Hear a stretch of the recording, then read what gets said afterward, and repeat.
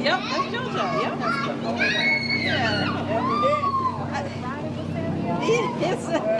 Yeah, he cussed me the whole time while I was there, and we still stay in touch, and he cussed me.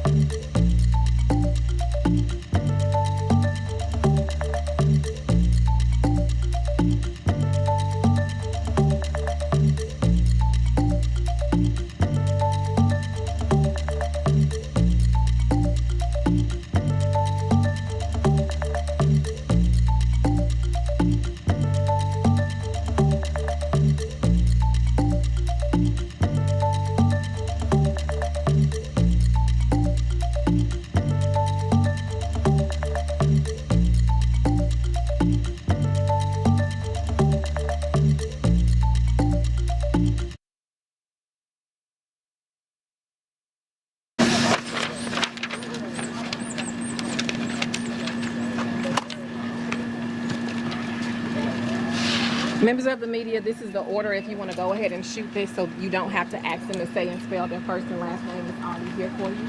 You all can go ahead and both sides.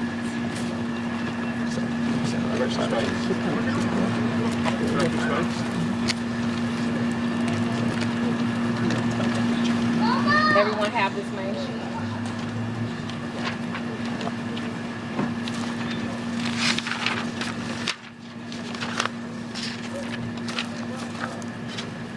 Chief Schierbaum.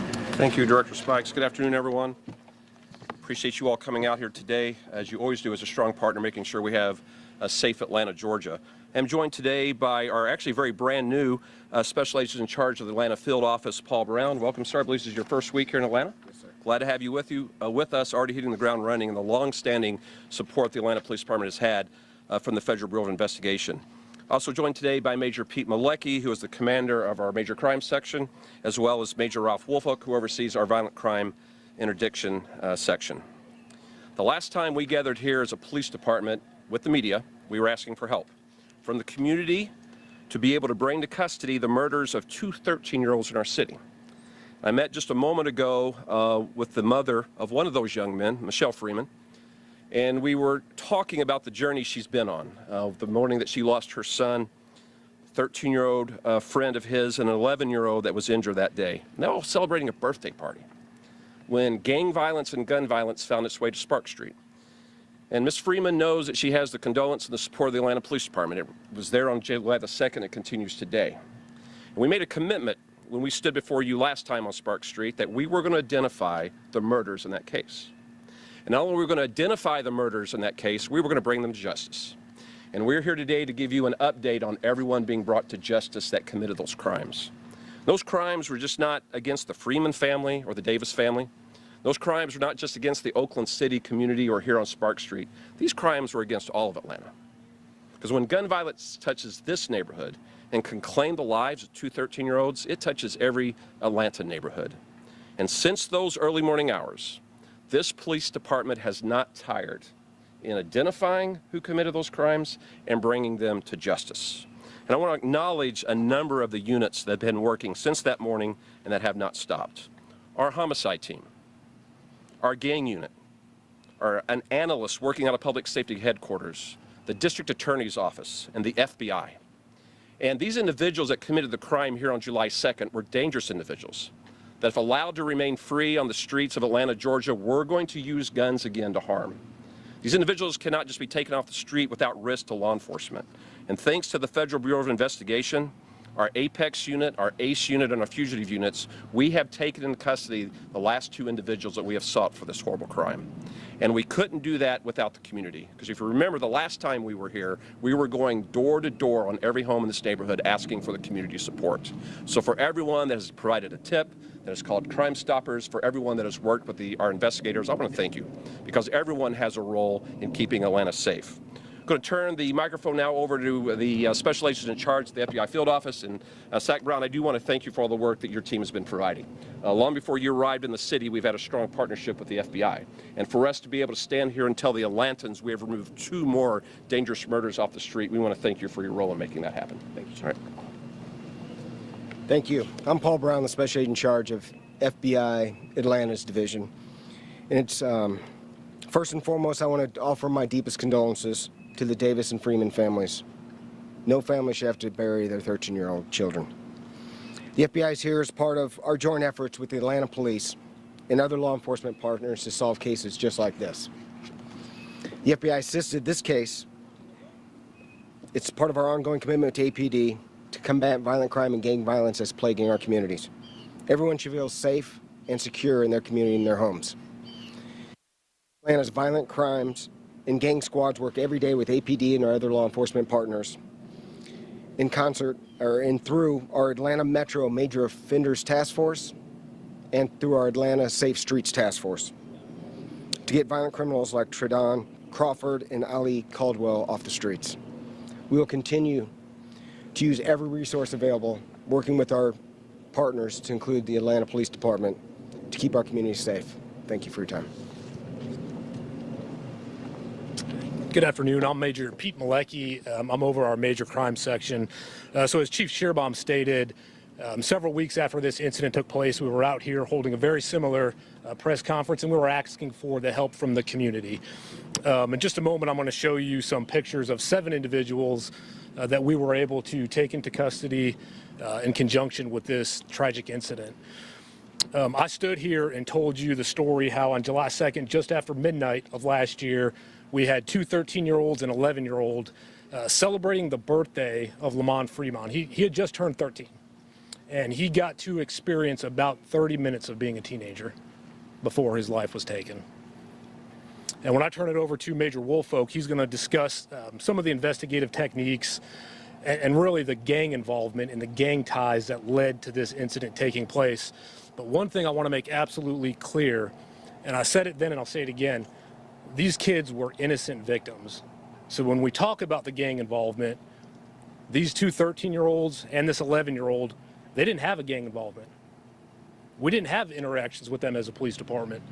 They were good kids in the community, and unfortunately, their futures, their lives were taken. So I do want to thank all the community members that gave us tips and information on this case.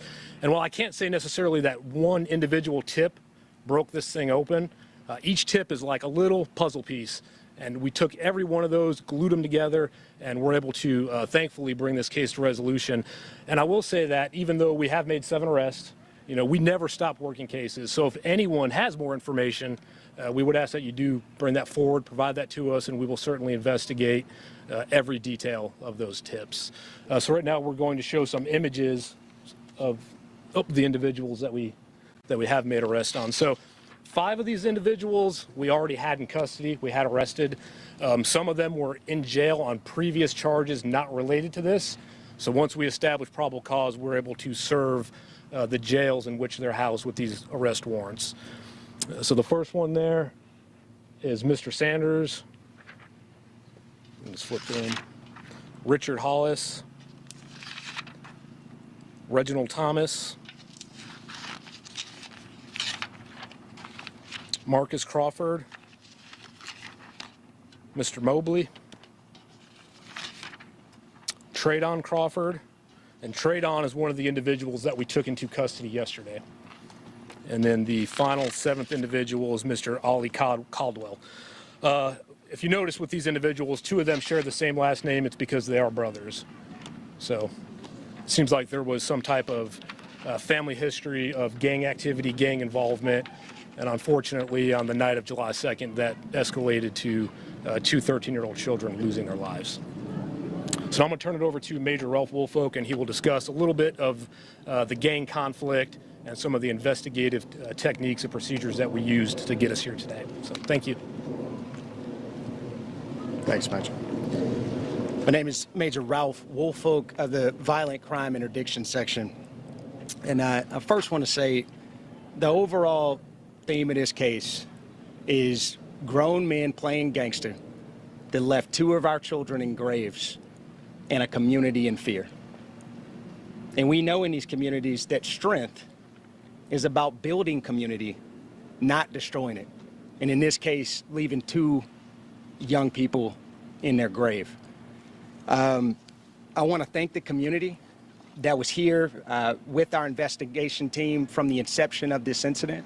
Out on the night of the incident, we not only received investigative assistance from this community, but we also saw a community that was full of compassion and love. Video evidence depicted several people in this community pouring out of their apartments, attempting to triage wounds, attempting to transport persons to the hospital, and making several 911 calls from this community that were used throughout our investigation that led ultimately, with their assistance, to some of the apprehensions in this case.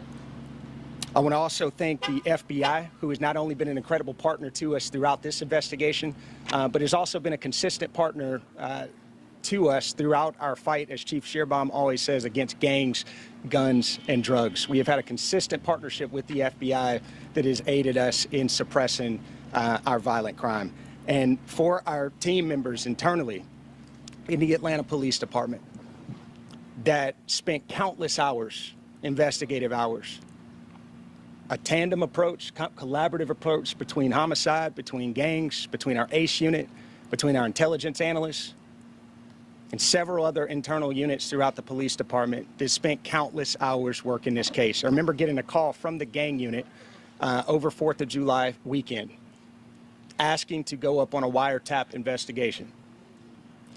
And subsequent to that call, the next 48 hours was spent on the phone with our district attorney's office, who was a great support to us throughout this investigation and trying to stand that T3 up. And through that investigation, our gang unit sacrificed vacations. Our gang unit sacrificed time with loved ones, sacrificed relationships throughout the course of this investigation. In 5,424 man-hours from July 10th through October 30th, that was spearheaded by the Atlanta Police Gang Unit in a wire room to ultimately assemble key facts and elements leading us to where we are in the investigation. And for the investigation aspect of this, Lamont Freeman was allowed to be a 13-year-old for 27 minutes before gang violence ultimately took his life. Gang violence that was orchestrated by adults in our city.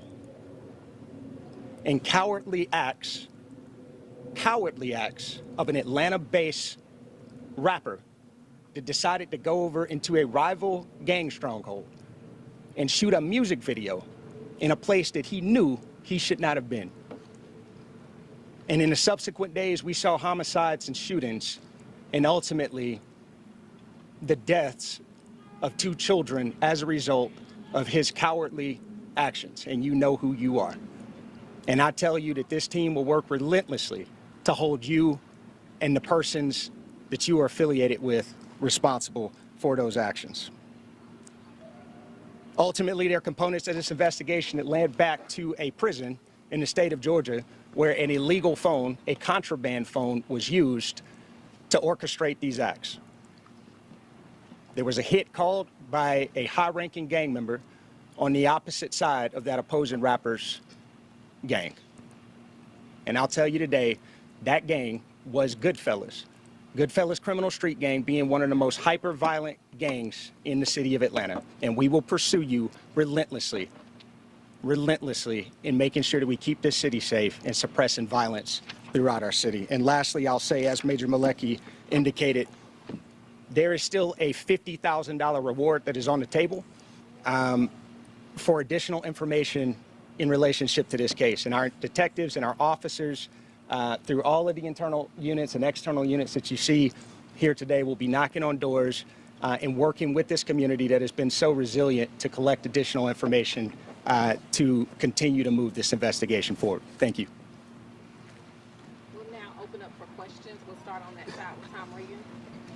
Yeah, well, these three juveniles, I mean, was it a crossfire situation? Were they targeted? Was there a gun battle between rival gang elements? No, there was not. We do believe that the three juveniles, two who were killed, one who was injured, they were just outside on the steps celebrating a birthday party. We don't believe that they were the intended targets of that gunfire. But these individuals that we have shown indiscriminately opened fire on that apartment complex, resulting in these three children getting injured and killed. And one quick follow-up question. The person who made the call for a hit from prison, that isn't one of the people that were already in jail. This is another individual we're talking about. Yeah, the individual that orchestrated this from Hancock State Prison, he was already incarcerated. So he's going to be charged in this, of course, too. Yeah, he has been charged. Yeah, so I have a couple questions. The last two people, I know that you said that one of them was Trayvon Crawford. Who was the other person that you just arrested in connection with? Oh, Ali Hallbrook. Okay. And so then, are we going to name the gang on the other side? You named the Goodfellas, but what's the name of the gang that's affiliated with this rapper that we're not naming?